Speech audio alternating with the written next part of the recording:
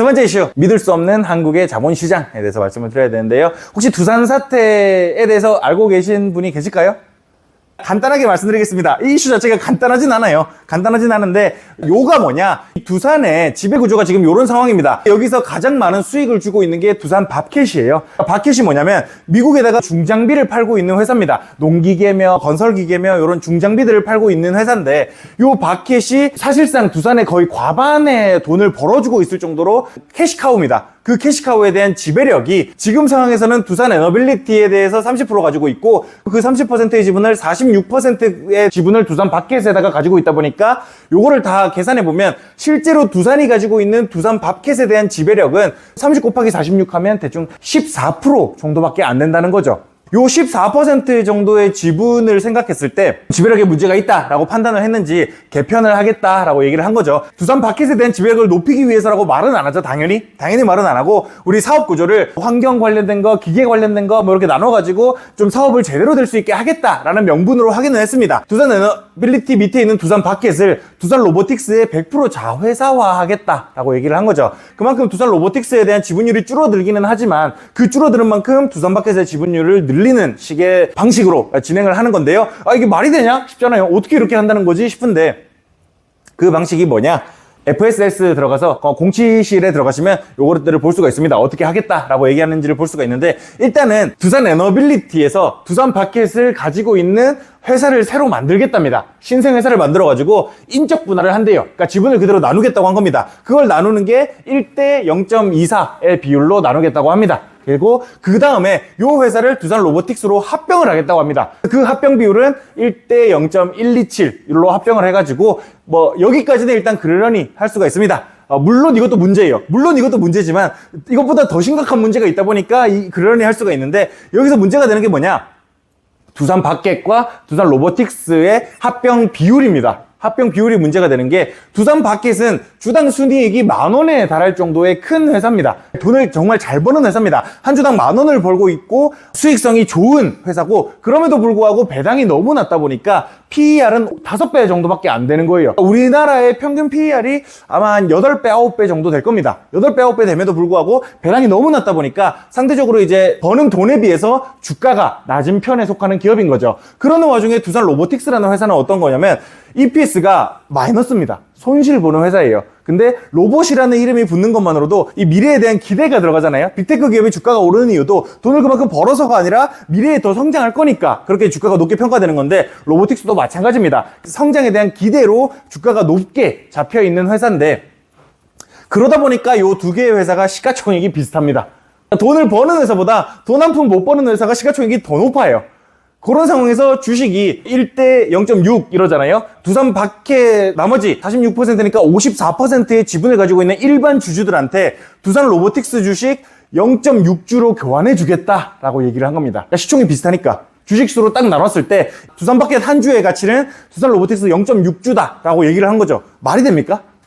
사기적으로 당연히 말이 안 된다고 생각이 되지만 시장은 그렇게 평가하고 있었으니까 시가평가를 하겠다라고 얘기를 한 거죠. 그리고 실제로 법적으로도 시가평가를 하는 게 맞습니다. 이 나라는. 그러다 보니까 이건 사람의 문제가 아니라 저는 근본적으로 법의 문제다라고 생각을 하고 있어요. 이것과 마찬가지 이어지는 얘기가 LG 에너지 솔루션도 마찬가지였죠. 물적 분할을 했습니다. 시총이 많았을 때는 150조까지 갔어요. 150조까지 갔음에도 LG 화학이 가지고 있는 지분이 60% 넘게 있거든요. 그 60% 넘게 있는 LG 화학의 지분이 전혀 반영되지 않았다는 거죠. 왜냐면 LG 에너지 솔루션이 LG 화학에 배당을 할 리가 없으니까요. 그래서 이런 문제에서 에너지 솔루션의 주가가 올라가도 LG 화학은 전혀 가치가 없는데, 어쨌든 LG 화학을 가지고 있던 주주들 입장에서는 되게 손해를 볼 수밖에 없는 거죠. 요런 이슈들도 계속해서 한국 시장에서 이어지고 있고, 옛날에 2015년에 삼성물산하고 제일모직하고 합병건이 있었거든요. 요것도 되게 큰 이슈가 됐었습니다. 제일모직을 되게 고평가해가지고 삼성물산이랑 합병을 했던 사건이었고, 고평가라는 거는 제가 생각하는 거지 시장의 평가, 어쨌든 시장의 주가대로 했다라고 하면 법적으로 틀린 얘기는 아니에요. 뭔가 이상하다라고 제가 주장하는 거다라고 이제 좀 알아주셨으면 좋겠고요. 어쨌든 간에 요런 이슈들이 발생을 하고 나서 요 삼성물산의 지분을 가지고 있던 론스타, 엘리엇 요런 기업들 아시죠? 우리나라 법원에다가 소송을 냈고, 실제로 엘리엇과 론스타는 우리나라 행정부로부터 4,100억을 지불받아야 돼요. 법정 소송에서 이겼기 때문에. 그러면 이제 재밌는 포인트가 있습니다. 어쨌든 간에 삼성물산과 제일모직의 합병건으로 이재용 부회장의 지분율이 높아졌고 삼성전자에 대한 지배력을 공고히 했습니다. 우리나라 법원이 그거를 승인을 해줬거든요. 합병 승인을 해줬고 그거에 대한 대가로서 우리나라가 행정소송에 대해서 돈을 갚아야 되는 이런 문제를 4,100억이나 갚아야 되는데 어쨌든 그건 우리 세금으로 메꿉니다. 그러면 그 세금에 대해서 정부가 여기에 구상권을 청구할까요?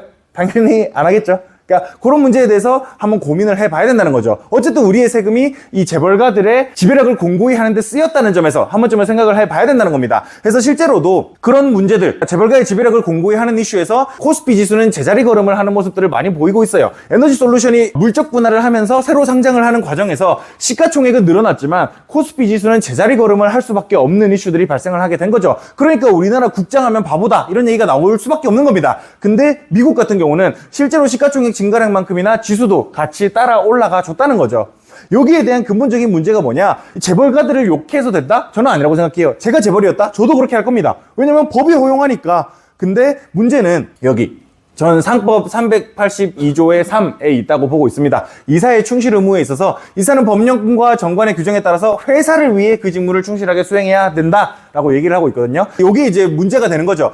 회사를 위해서가 아니라 미국 상법 같은 경우는 물론 주마다 조금씩 다르지만 주주와 회사를 위해서 의무를 충실히 해야 된다라고 얘기를 하고 있거든요. 그러니까 솔직히 우리나라에서는 주주를 위할 필요가 없는 거예요. 회사를 위한다는 게 어떤 의미냐면 배당을 안 해야 회사한테 유리합니다.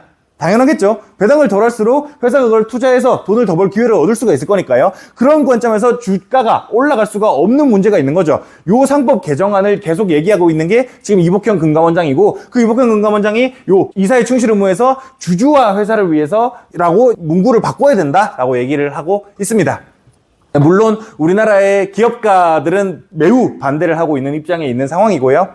그래서 정리를 드리자면요. 최근 두산 계열사 간의 분할 및 합병 이슈가 자본시장의 뜨거운 감자가 되고 있습니다. 두산이 간접 지분으로 14%가량 가지고 있는 밥캣을 로보틱스의 100% 자회사화하는 것이 골자고요. 성사되면 지주회사 두산의 밥캣에 대한 지배력은 기존 14%에서 42%까지 상승을 하게 되고요. 문제는 지분을 정당하게 사는 것이 아니라 계열사 간의 분할, 합병, 교환 등의 돈노름을 통한다는 거죠.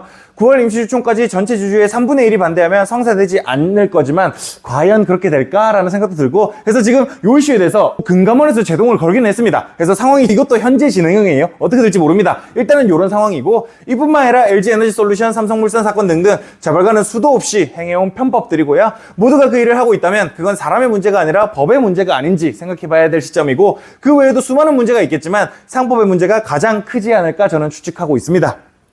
두산은 그나마 대기업이니까 이슈가 되는 거지 윤석열 정부 이후로 주가 밸류업에 대한 얘기들이 많이 나오고 있잖아요. 근데 진짜 웃긴 게 뭐냐면 밸류업이라는 게 PBR이 낮은 기업들의 주가를 PBR을 높이는 것이 골자입니다. 기업을 운영하는 사람들 입장에서 PBR을 높이기 위해서 주가를 부양하기 위한 노력을 하는 게 아니라 걔를 그냥 상폐시키기 위한 노력을 하고 있어요. 이게 재밌는 포인트입니다. 그 부분에 대해서도 한번 생각을 좀 해봐야 될 것 같다. 우리가 알게 모르게 정부의 압박에 따른 풍선 효과는 계속해서 이어지고 있다라고 얘기를 드릴 수가 있겠습니다.